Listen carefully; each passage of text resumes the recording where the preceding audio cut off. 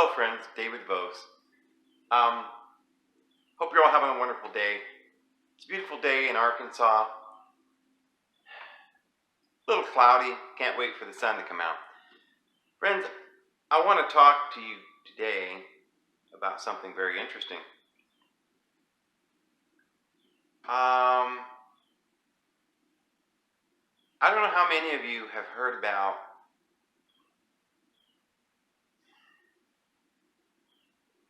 a book that was written in 1893, I believe.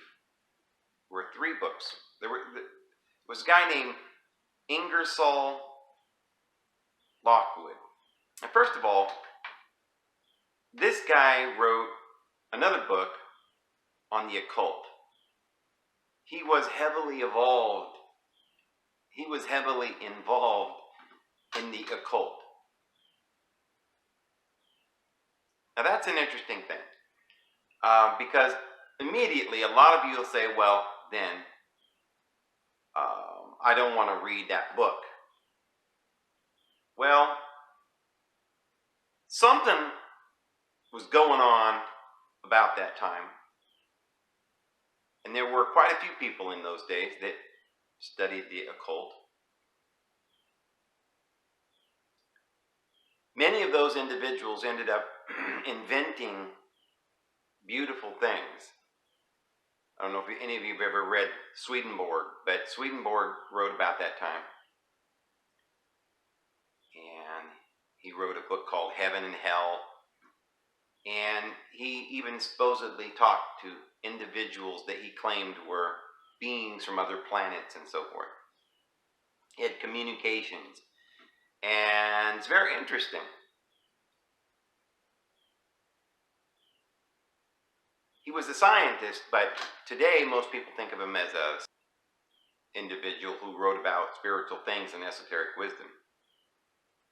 However, there were individuals like Sir Isaac Newton that wrote mostly about spiritual things, and yet today we think of him only as a scientist.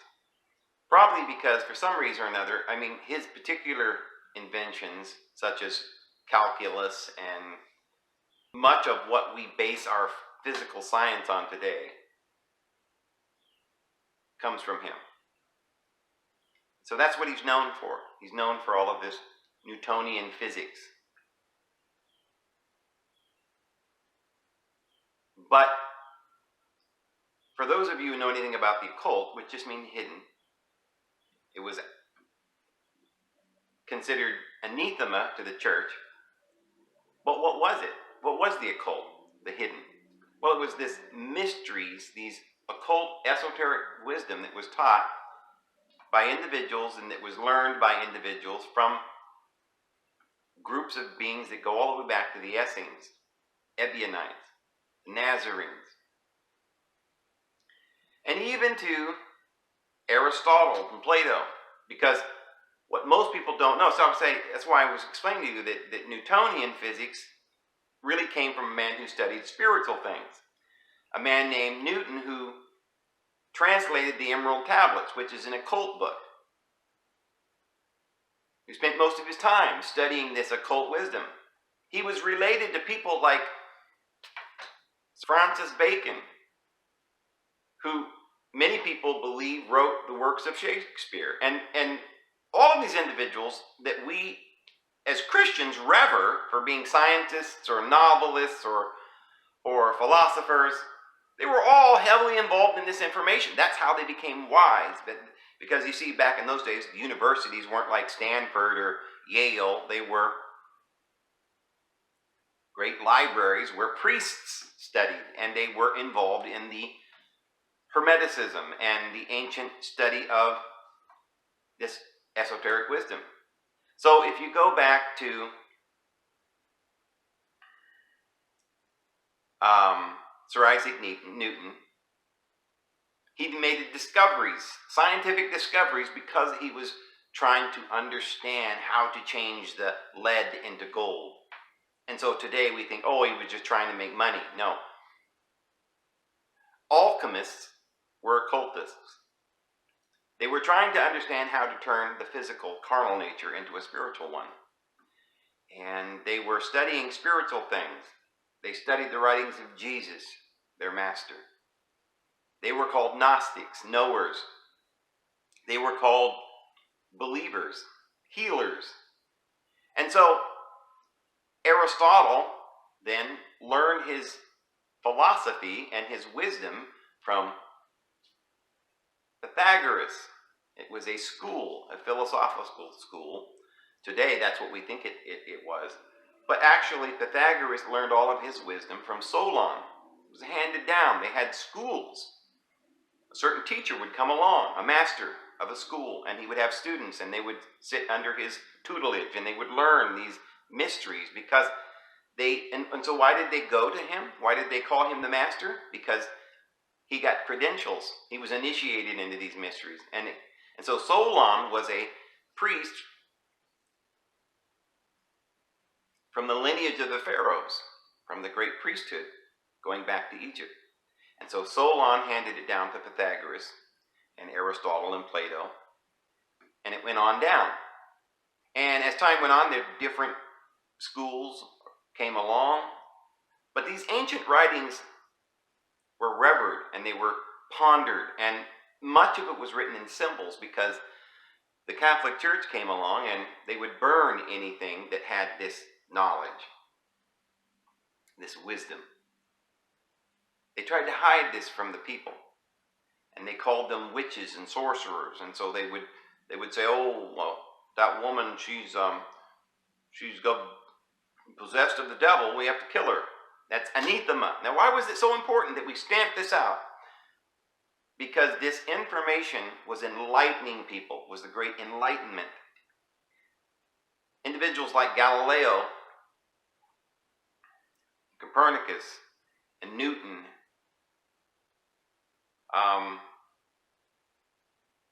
the information that they were revealing, maybe that the earth wasn't the center of the whole universe. Church didn't like this information, so they stamped it out and they had to go underground. And so they became the hidden or the occult, and they were condemned by the church. So all of this ancient wisdom isn't evil. Jesus also was murdered by their aristocracy.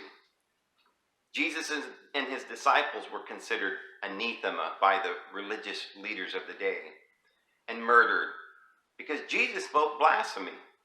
Jesus said, "I'm one with God, man. I don't even care about this stuff you're interested in, all these laws and religious things. You guys are hypocrites. I'm studying truth, and I love everybody." So that was anathema to the religious leaders, and he was considered an apostate, and so they murdered Jesus for blasphemy. And they murdered all of his disciples. Because you see, Jesus had disciples. And all of Jesus' disciples had been disciples of John the Baptist. John the Baptist was a follower of Elijah. If you read in the New Testament, you'll see that he wore the same garment. Why? Because it was a priestly robe. It was handed on, just like when Elijah left, he threw down his garment. And Elisha got that garment and became the teacher after he left. And so Elisha then, because Elijah started the school of the prophets, and those are the individuals that wrote the prophecies that are in the Old Testament, the prophets. They were all started by the school of the prophets, which was Elijah, handed down to Elisha, and they had school. Okay, and so by the time of John the Baptist, he was then the leader. He took the mantle of Elijah. It was given to Elisha, and it was handed down, and it was given to John the Baptist.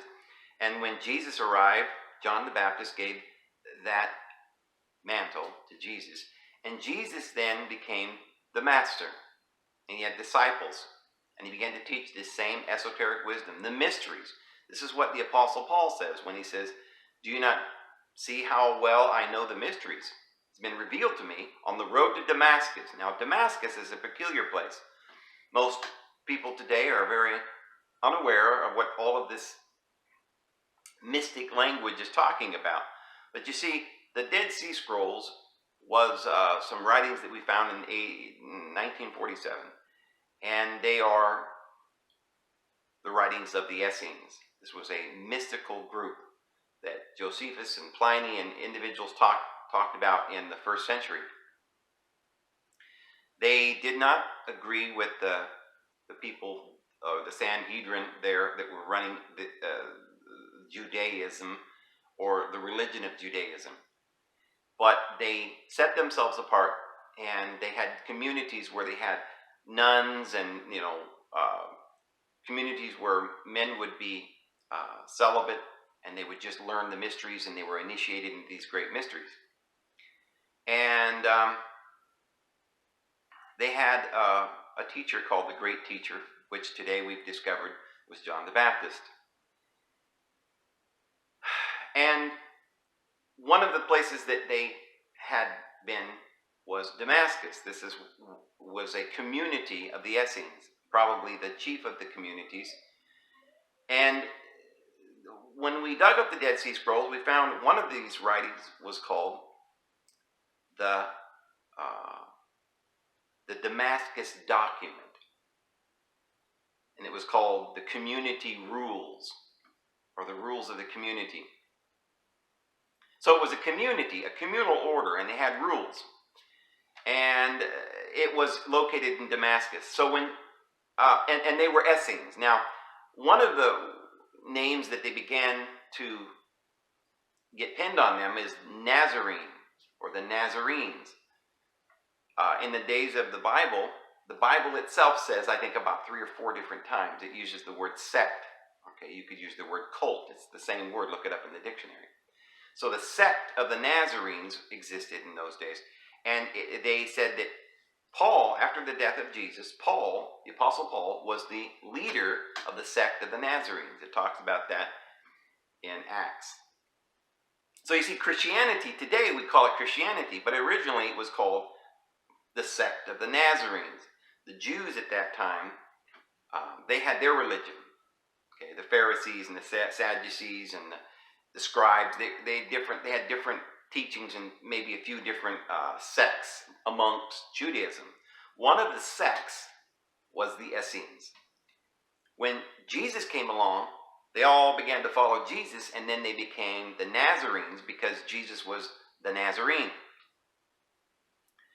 So, but how did the Apostle Paul get this knowledge of the mysteries? How was he initiated into these mysteries? Well, it says in the Bible, in the New Testament, that the Apostle Paul got enlightened on the road to Damascus. Now, everybody in those days knew where Damascus was and what that was. It was a place where there was a communal order. And it says that he spent 3 years in the desert in Damascus. Well, according to Josephus and the ancient historians, they explain that when you joined this communal order, it took 3 years to receive enlightenment, to be initiated. First 2 years, you gave all of your things, and they sort of put them over here kind of in a little area where nobody could touch it. And during those 2 years, you were initiated and you were taught these mysteries and so forth. At the end of 2 years, you were given a decision. You were asked to make a decision whether or not to continue on and get the rest of the mysteries and be initiated into all of the truths that would make you a member of this organization, or you could go ahead, receive back your stuff, and go on your way. Remember, there's a story about that in Acts, where the apostles were teaching, and everybody was bringing their things to the apostles' feet. And one of the new members of this communal, where they had all things common there with the apostles, they held back some of the price of this home that they sold, and they were going to give it to the community, but they held back some of the price. And as soon as they saw Peter, and it was known that they had done this thing, Peter said, "You lied to the Holy Spirit." So these individuals died on the spot because they were trying to withhold their things. Because you see, it was from the Bible, we don't really understand what was going on there. from history and Josephus and different things, we begin to find in some of the Apocrypha that, and now stuff like the Nag Hammadi Library and the Dead Sea Scrolls, we dig these out, we realize what was really going on is that this was a communal order. You gave everything to the poor, or that word, we call it the poor, but in those days they called them the Ebionites. That's what, you translate the word Ebionite to poor, but they were called the Ebionites, or the poor, and they were the poor of Jerusalem. So in Jerusalem they were called Ebionites. In Damascus they were called Essenes. And then when Jesus came along, a lot of them became known as the Nazarenes. And they gave everything to the elders, and they joined this communal order. And then it says that Paul, at the end of 3 years, heard this word that was unlawful for a man to speak. A lot of people it says 14 years ago I knew a man, whether in the body or out of the body I know not, but he heard unspeakable words, which was unlawful for a man to speak. Well, 14 years ago, he mentions in the book of Galatians that it was 14 years later that he went up to Jerusalem. So it's when he's in Jerusalem that he's trying to tell us, yeah, it was 14 years ago. Back when I was in Damascus, where I spent 3 years being initiated into this order.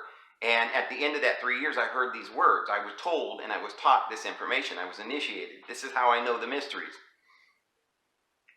So what I'm trying to tell you guys is that, because I want to preface this video with, and I know I'm not going to be able to convince all of you, because this is a big study, and I've done a lot of this and put a lot of this information in a lot of the other videos that I've done. But I just want to sort of thoroughly but briefly help you to understand that what we call the occult today, or the hidden, has become hidden because it was driven underground by religious leaders such as the Catholic Church. And in the days of Christ, they were driven out into the desert and underground, and in this hush-hush mysteries, where they couldn't even speak these words that they were taught. Jesus says, don't give your pearl before swine. And he spoke in parables, that seeing they may not see, and hearing they may not hear. But those who had eyes could see, and those who had ears could hear. Those who were initiated into the mysteries would learn. But they taught them privately. And this has been going on for a long time. And so in the days of the church, these individuals who had these mysteries, they were condemned by the church. So in the days of in the 1800s, there were a lot of these individuals.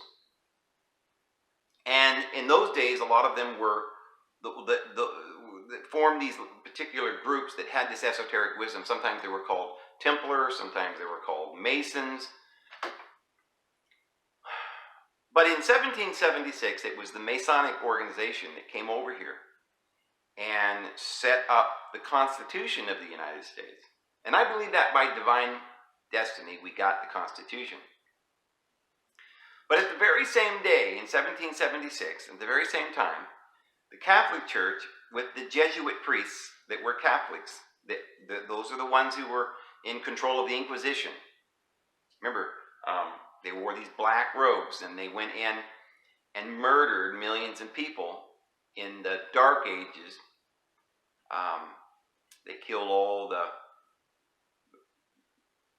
apostates in Spain, in the Spanish Inquisition, and also in France and the Alps, called the Albigensians, the Waldensians, the Cathars, throughout most of Europe. And there were many, many, many thousands and hundreds of thousands of people that died and lost their lives. They were driven underground into these little groups called Masons and Templars. And so when they came over here to America, they tried to organize and make a place where they could have liberty and justice and freedom for all. Sort of something that you'll also remember that they say in these secret societies. Fraternity and freedom and liberty. But in 1776, these Jesuits, these inquisitors, because they'd been trying to murder all these people, they went underground, couldn't find them, so they had to go find them. And they invented another little secret society with that was backed by the Jesuits. The Jesuits invented the thing we today call the Illuminati. And Adam Weishaupt in 1776 created this little group called the Illuminati. That particular group, with the backing of the Catholic Church, as they had under the Jesuits in their inquisitions and their murders, they went in and infiltrated the Masons. Well, they infiltrated the Templars, and the Templars were disbanded because of that. And another group came up called the Masons. Many of the Masons were still believing and understanding and learning this esoteric wisdom. The same wisdom and esoteric wisdom that was in Spain and that wrote the Sefer Yetzirah and the Zohar and the Emerald Tablets and these works that were being studied by the likes of Sir Isaac Newton and Swedenborg and individuals like this. Well, around that time, we had individuals who began to write novels because of the fact that they couldn't literally write this information down as though it were fact. I mean, there were individuals who did that, like Sir Isaac Newton, and individuals who were trying to, start science and start to try to tell people these truths right out in the open. But people are like, no, the earth is not round, it's flat, and oh no, there's no, they couldn't understand all these truths at the time. It takes a while. So in different ways, people tried to get the truth out. The writings of Shakespeare are all coded, and if you can determine and learn and understand these codes, you can learn a great deal from individuals like that. These were occultists, such as Beethoven, Bach, great artists such as Poussin and Teniers. There were, if you study their paintings, you'll see that there are symbols in the paintings, such as the Mona Lisa, Michelangelo and Leonardo da Vinci. And these individuals were occultists, and they wrote and revealed truth because they were murdered if they did it openly. So they would reveal these great teachings and truths, just as Jesus did in parables. They would put these parables in paintings or songs or plays. And so about this time in the 1800s, you had individuals coming up as you got towards the 19th century. People came along, wrote great works such as Alice in Wonderland and The Wizard of Oz and so forth. These were all very, very similar type writings. And today we just think they're beautiful fantasy stories, but they're very symbolic. I did a video on The Wizard of Oz and some of the stuff that it really means if you get deeper into it. Well, around this time, this man named Ingersoll Lockwood was an occultist, and they created a sort of a fraternity called the Secret Society of the Titans. And some say it was called For Those Who Were 6'2". I'm not sure exactly if they had a couple of different names or whatever, but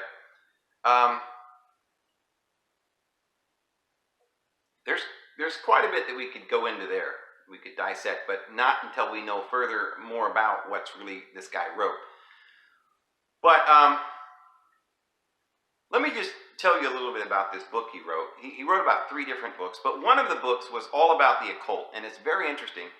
He talked about the immortals and how to become immortal, and he talked about Enoch and Elijah and individuals who never died.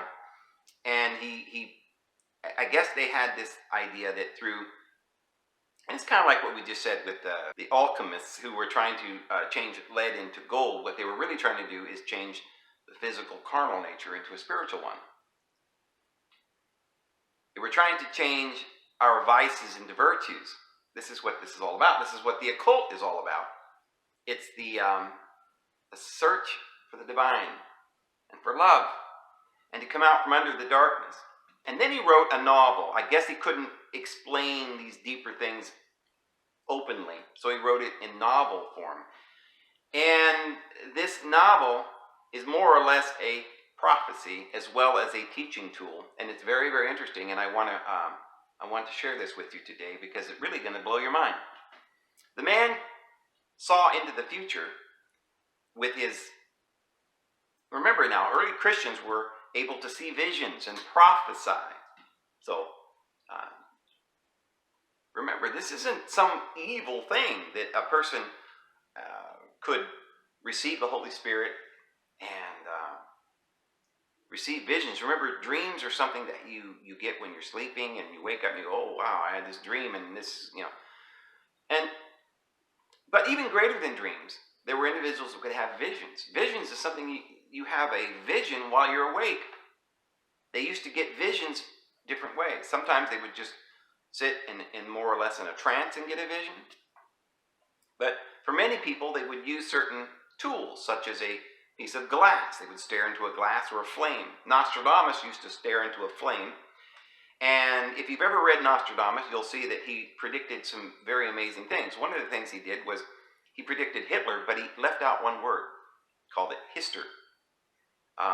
The last of these individuals that he spoke of may not actually have come yet.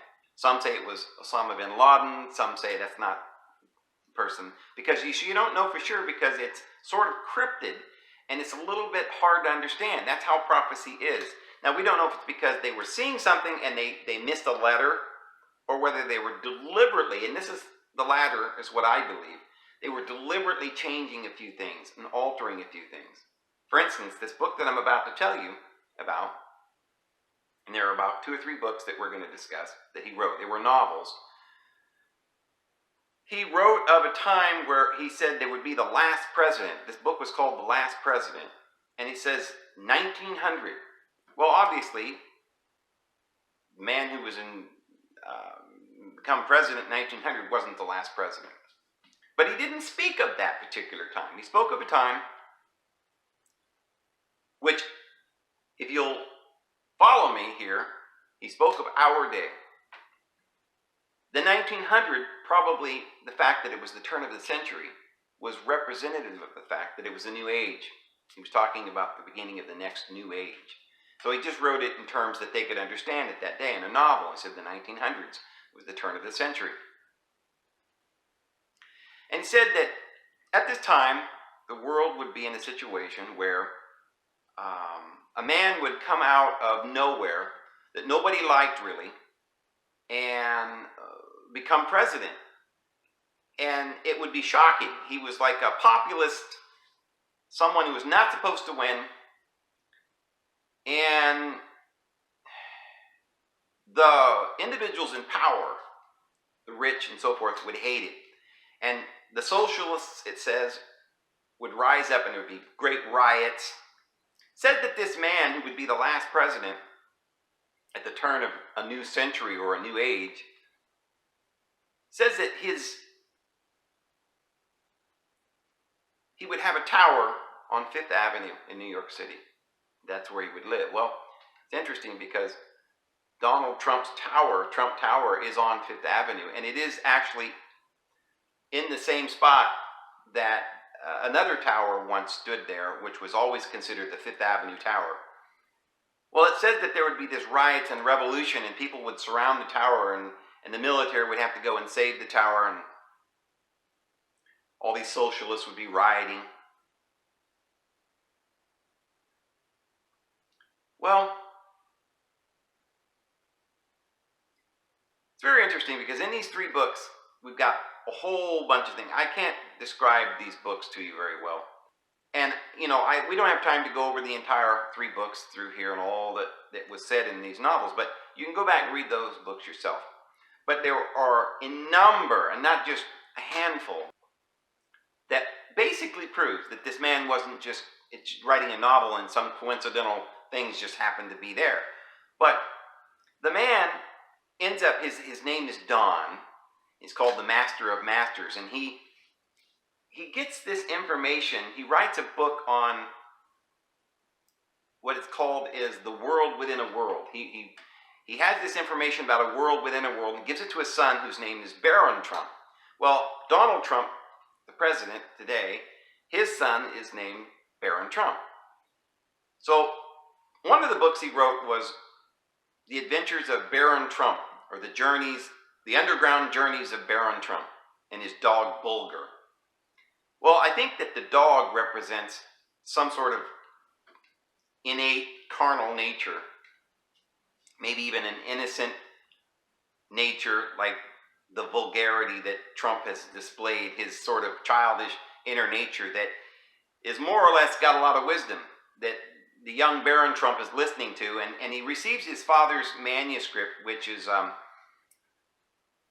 gives him information about a new world or an underground world. And it talks about how these underground tunnels led to this world within a world, and the underground tunnel started in the Ural Mountains, above the Ural Mountains in Russia.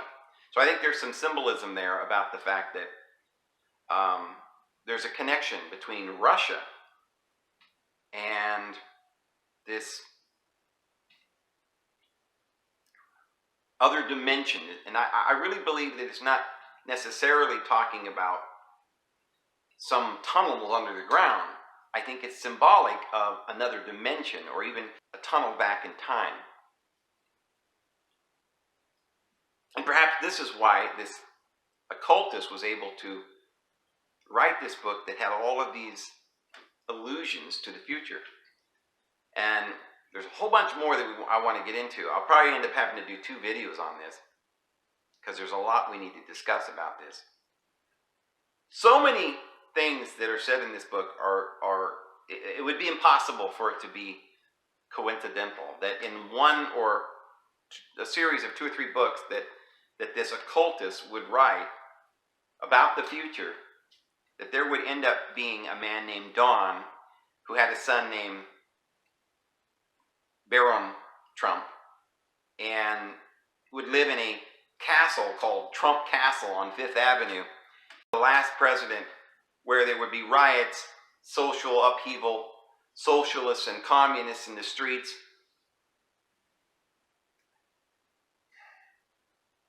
Pretty interesting. So the story's about the last president.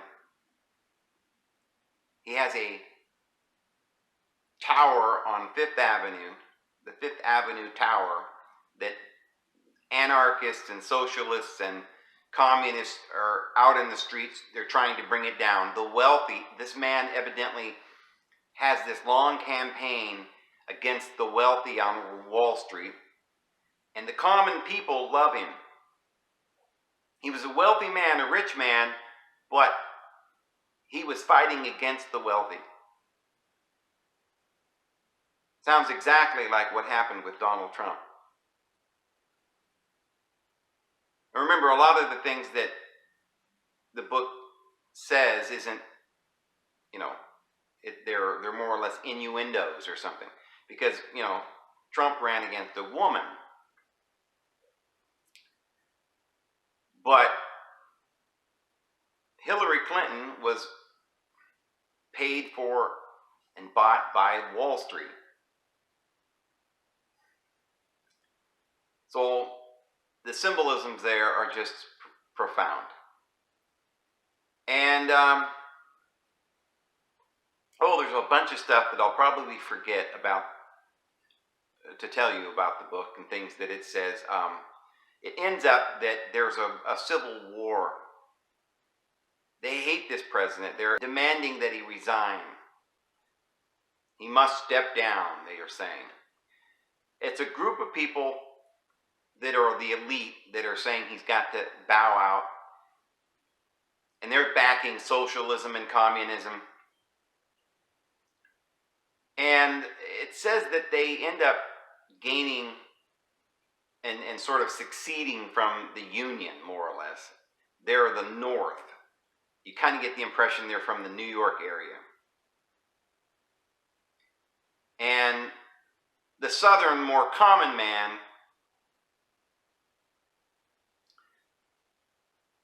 they love this man. They voted him in. They think of him as a folk hero. They weep for him. They love him. And so therefore, a civil war begins, and it says something about the fact that the elite end up coming in and bombing the White House or the Capitol building, and they blow up the dome. And hence the title of the book, The Last President, because basically it's about a civil war, the wealthy against the common man, and they end up destroying America. So a lot of people then would probably see that, and the first thing you think is, well, this can't really be true. I mean, first of all, you think, well, it must be a hoax, right? Well, it's not a hoax. You can go online and find this book. It's in the Library of Congress. It's a real book written in, I think, 1893 and 1896. There was 3 or 4 books written up until about the year 1896 or something. And then you think, well, these things just got to be coincidences. I mean, maybe the fact that the child's name is Baron Trump and his father's name is Don, or he's, the master of masters. Maybe somehow that's just a coincidence. But if you were to go through and write down, and I haven't done this, write down every one of the parallels, you would find that it would probably be astronomical. It wouldn't be possible for these things to be, it's kind of like Nostradamus.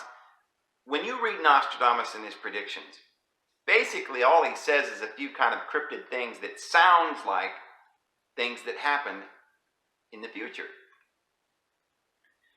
I personally believe that some of the prophecies of Nostradamus sound, they're purposely, like I said, Hister instead of Hitler. A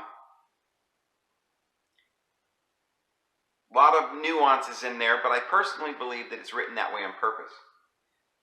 That's how prophecy is. I mean, it's just things that are symbolizing other things. And I believe that this book is more accurate, more profound, has more similarities and things that appear to be definite symbols of realities than Nostradamus' work. Nostradamus' work is considered so profound. I mean, everybody thinks he was the great prophet, and we believe he predicted all these things, the different uprisings and empires in Germany and the Third World War and different things like that. But I believe that this book, if you'll read it, you'll find more comparisons, and it's more accurate.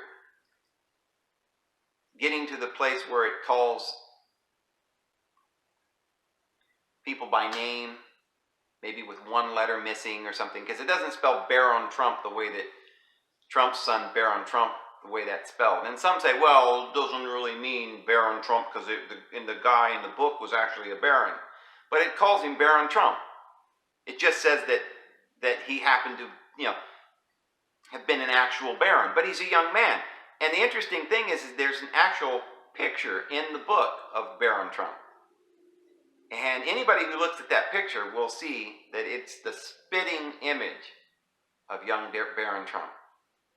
So you've got visible evidence that he was writing about Baron Trump, whose father is perhaps the last president of the United States. And friends, there's more that I want to talk about, maybe in the next video. I think I want to kind of tie this into some other things that have happened. And some of this is tied in, and if you go on the internet, you'll find some of these things in this conspiracy theories that are going around. People are talking about it. You see, a lot of times conspiracy theories may just be that. Maybe for a while there was this talk about the Mandela effect. And I had my doubts about that, and I still do. However, what I'm about to talk about ties in with that. ties in with CERN, ties in with time travel, with Russia, with the president, with Tesla. Something that we're going to get into in the next video is this thing about Tesla. I wonder how many of you know that Donald Trump's uncle, John Trump, was a real big, amazing, intelligent scientist that was acknowledged by several of our presidents and was so knowledgeable in particular scientific theories and so forth, and so important in his studies, that he was chosen to look over all the documents of Nikola Tesla when he died. Because, you see, the president could look at this information of Tesla and say, well, you know, he wouldn't know what to make of it. They had to get scientists in there to read it over and find out if there was anything real. Because, you see, Tesla was making this tower that was going to give everybody free energy. Turns out it's basically Wi-Fi. That's what it really was. He was trying to invent Wi-Fi. Tesla had the ability he was the first one to do remote control. He could make a little motor and control it remotely like a little boat on the water and stuff. He was also working on time travel, and he had some books and some writings about that. Now, if you think that's just silly, that he might, you know, there couldn't be such a thing as time travel. I mean, it's ridiculous. Tesla couldn't be that smart. Well, the government thought it was pretty amazing. I don't know if you've ever heard of the Philadelphia experiment, but they used the information that Tesla had, and they did an experiment called the Philadelphia experiment, and they made a ship, a Navy, government U.S. Navy ship, disappear from, I think, Philadelphia, and it ended up appearing somewhere off the coast of Virginia or something. I can't remember exactly where. But this was something that it's been documented that it actually happened, and this was based on the works of Tesla. Now, what I'm about to tell you is a fact, and we're going to go into this deeper in the next video, but Tesla's work were all written down in some very important manuscripts. As soon as he died, the government went in and snatched him. They put him in a safe location, and they brought in John Trump. Now remember, this was Donald Trump's dad's brother. Oh, I know it. This is getting really weird. So, Donald Trump's dad,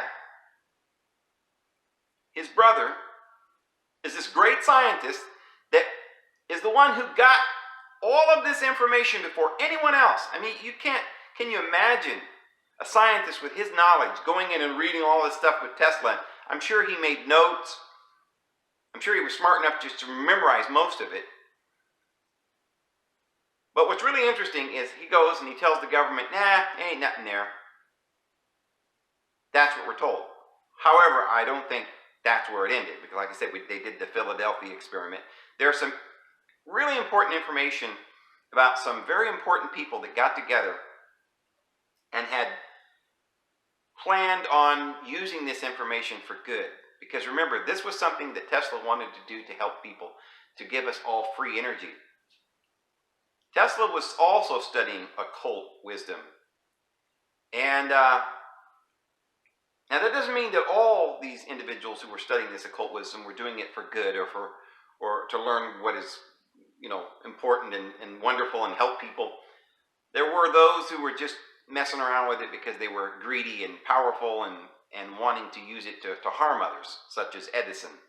And this is why we have, today, they're making you pay for your electricity, and they're making millions off of it, and going to war over it, using Einstein's theories to blow up Japan and stuff like that.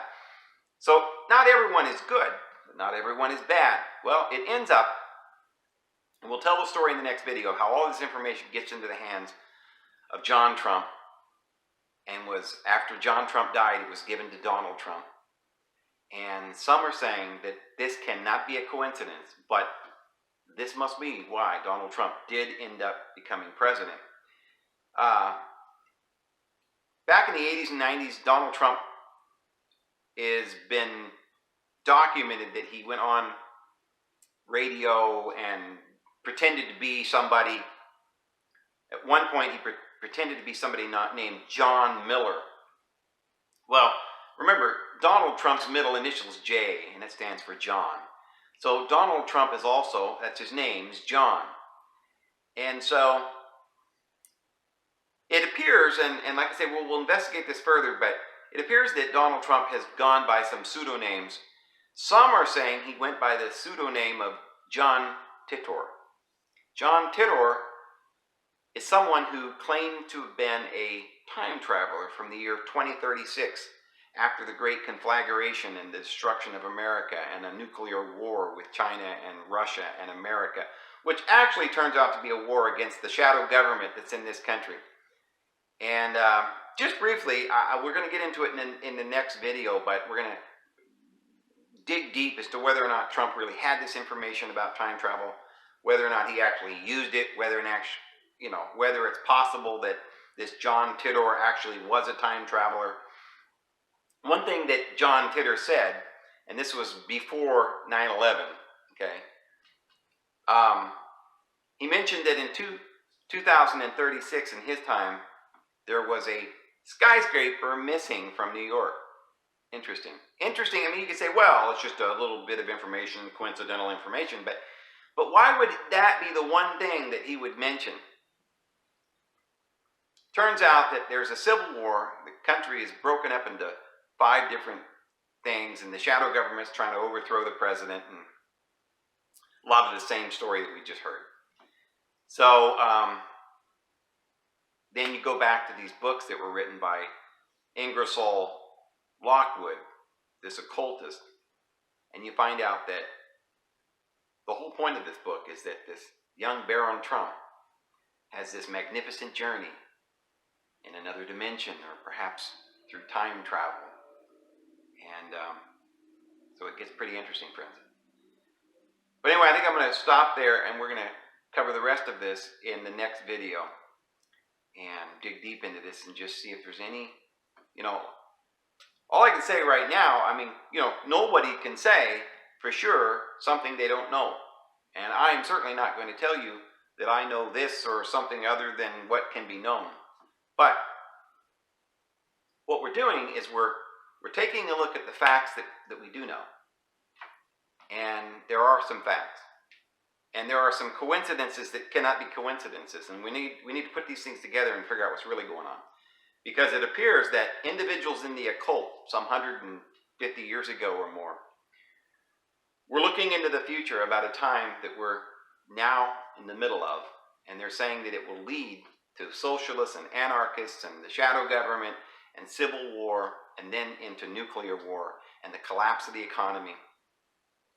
That was one of the things that Ingersoll talks about in his book about the last president, that this last president would do. He would give us back a new economy and take out the banks. And so, interesting, because I think that is something that Donald Trump has just recently been talking about, how he thinks that the Federal Reserve is doing some things a little bit wrong and how he's a little bit worried about that. So, in that book, it talks about some executive orders that this last president takes. Remember, this is all written back in 1896 about a man named Trump who lived in Trump Castle on 5th Avenue, who becomes president and has a son named Baron Trump. It's pretty interesting. Anyway, I'm going to go ahead and go, friends. I'm going to talk to you tomorrow, and we'll get this all straightened out. We'll see you again.